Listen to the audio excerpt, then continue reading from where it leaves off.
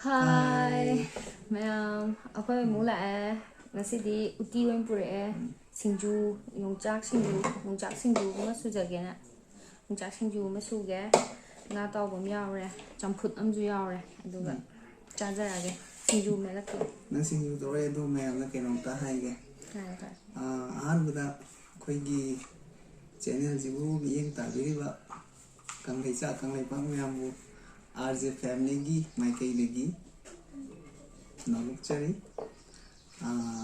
video jida soi ki lan ki wa kaya yaw su koi comment hai bi ramu sendok channel matam review koi yam hai video ke to me ga entertainment wai na hai na video ji sun namja bani tuga ai imana wa koi ki hindi manipur khang da ba hindi हाइदी Assam मपाल लंगे माना खरा यावई Moina comment Hindi गांबीर own हाय दो हिंदी खरा दुम मारमक ते समके मयाम ना नोइते तो बिगेनो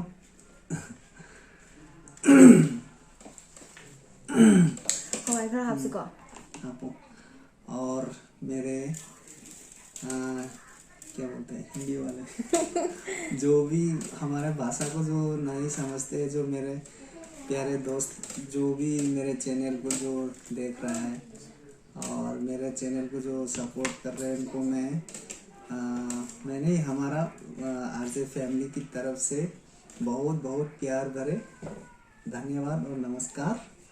हमारे को मतलब ज़्यादा से ज़्यादा आप लोग शेयर करो चैनल को और सब्सक्राइब करो, लाइक करो, जो भी है सब कुछ क्या है कि आप लोग की बिना सपोर्ट का हमारे चैनल नहीं चलने वाला है, तो हमारे को आप लोग सपोर्ट कीजिए और नया नया ऐसे वीडियो बनाने के लिए हमारे को मतलब क्या बोलते हैं आप लोग लाइक कीजिए और मतलब कमेंट में कमेंट कीजिए ताकि हमारे को मोटिवेशन मिलता है कि ऐसे ऐसे बनाना है, ऐसे करना है, ये करना है। अरे यार सब्जी की नाम तो बताओ। हाँ, आज का जो मेन्यू है, आज का जो डिश है ये इसका नाम है मटर का सब्जी क्या बोलते हैं हमारे भाषा में है उती है और हिंदी में तो पता नहीं इसका क्या बोलते हैं। फिर भी ये क्या है, ये जो डिश है हमारे स्टेट में जो हर घर में हर रोज नहीं बनाता है, ये कभी कभी बनाते हैं, जो स्पेशल जो दिन होता है उसी दिन बनाता है ये।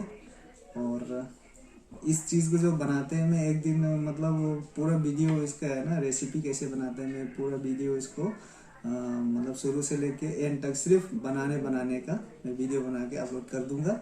अगर आप लोग चाहे तो अगर आप लोग कमेंट में अगर लिखते हैं कि हमारे को रेसिपी बता दो तो मैं वीडियो मतलब इसका वीडियो बना के मैं अपलोड कर दूंगा। ज़्यादा टाइम नहीं लेते हुए चलो शुरू करते हैं आज का मुकबांग। चलो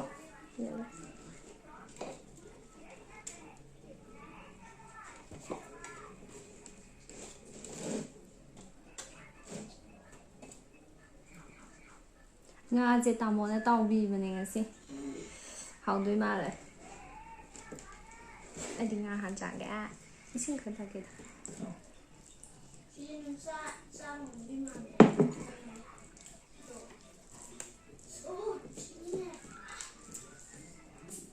पहले जो बाइट है व्यूअर्स के लिए, आप लोगों के लिए।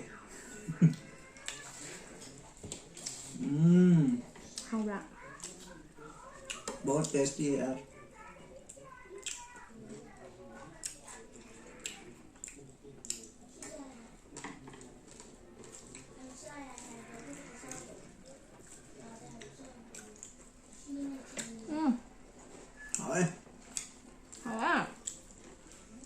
मैम लॉकडाउन ने मपान थोपीगनो दो Yumda hujik yambudi wanare do yumda arayba na dum hauna ba semaga dum chaba chau damne hujikti mapan yam thopigano कोई रेसिपी जो हम सेम में है को लॉकडाउन में अपन वाला एक तो तवा नहीं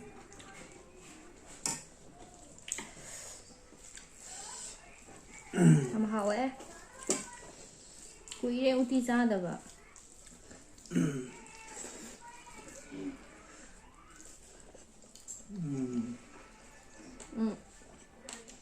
Jack Sinju.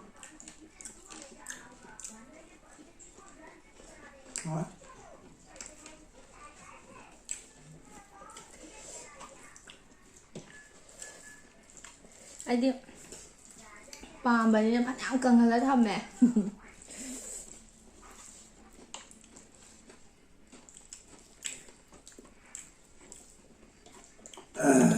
How are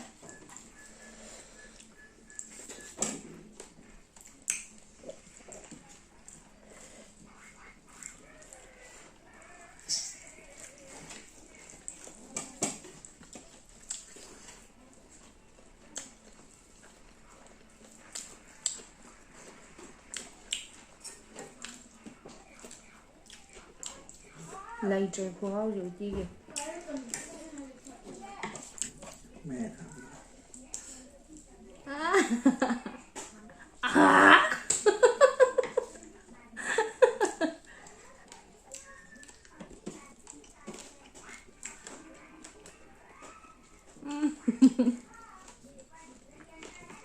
Ini nungsi deh, ini biar tuh kuning itu betok sana apa, dan satu gimana?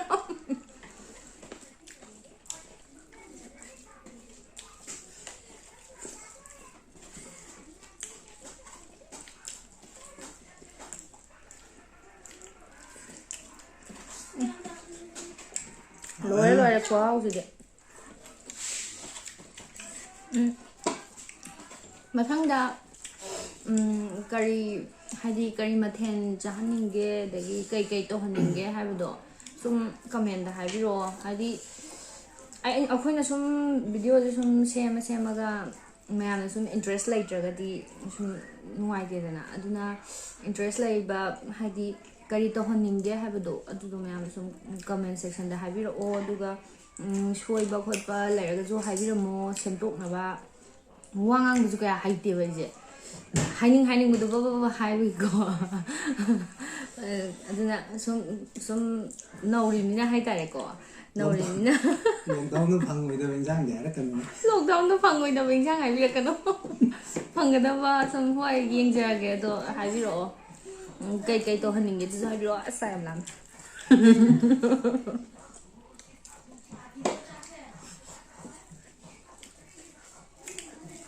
Chắc sẽ là không dòng ra rồi của mắt hình ta hàn là lùi mà dòng dần lên.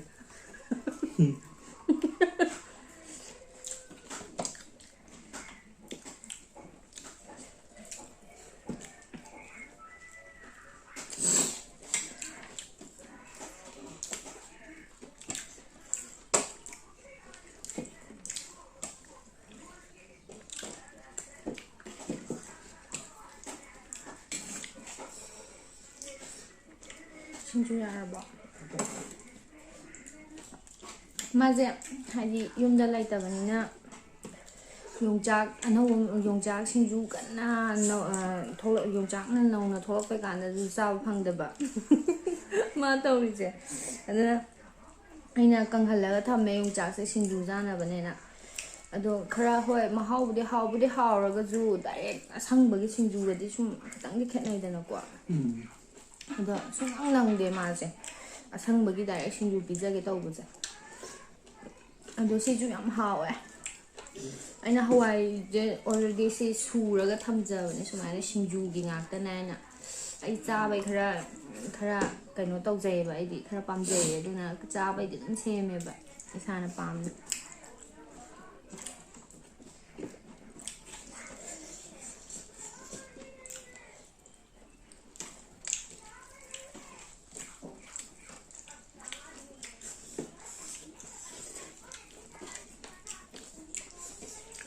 बहुत बहुत tasty है यार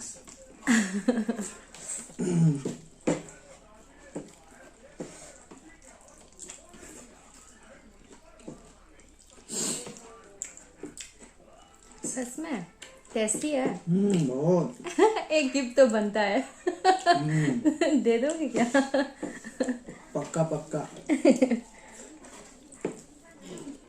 तुम्हारे लिए एक gift एक glass पानी अरे अरे यार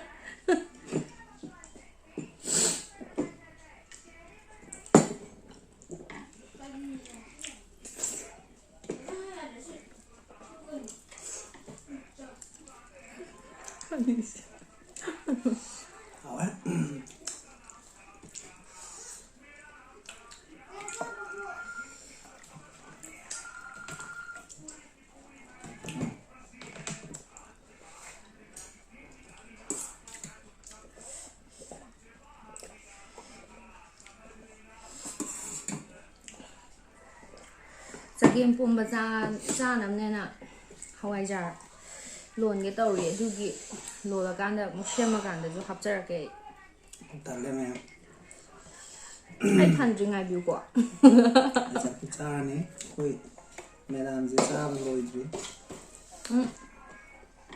अरो मैम 차이기 하고 कोई मथंगी वीडियो जे खंगेदा मथंगदि तामोना ओइना सेमगा थोंबिबे याबा हादि फंजु फंगदबा पोता हाबियो अदुगा नुंगाइगदबा खरा इंटरेस्टिंग ओइगदबा वीडियो करम्बा मओंगदा सेमगाना हादि व्यूअर्स कैदा इंटरेस्टिंग ओइने हाबदो सुम हादि शेयर तौबिरो मयामनजु हादि अखोजु खंद्रिको खंद्रिबनिना अदुदि मैम सुम तानारगा सुम तोमनेजे अदुगा लाइक सु तौबियो सब्सक्राइब तौबियो शेयर सु तौबियो अदुदि ma'am ngasi gi oinadi kusilage bye